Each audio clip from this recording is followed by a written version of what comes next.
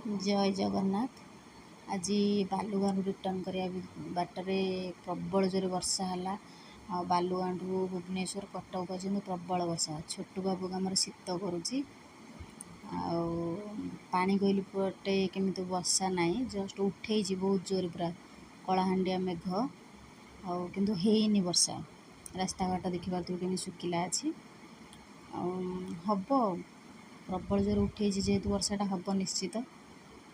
देखु कि सुंदर पूरा देखा जाउछे रास्ता कड़ साइड गछ गुड़ा देखु केते सुंदर बहुत सुंदर देखा ठंडा ठंडा पवन भी होची कारण सेपटे वर्षाटा होची ना ठंडा ठंडा पवन होची। जस्ट आम पानी कोइली आसी पहुँची गलु। पानी कोइली पहुँचला बेलू आसिक 2:30 है।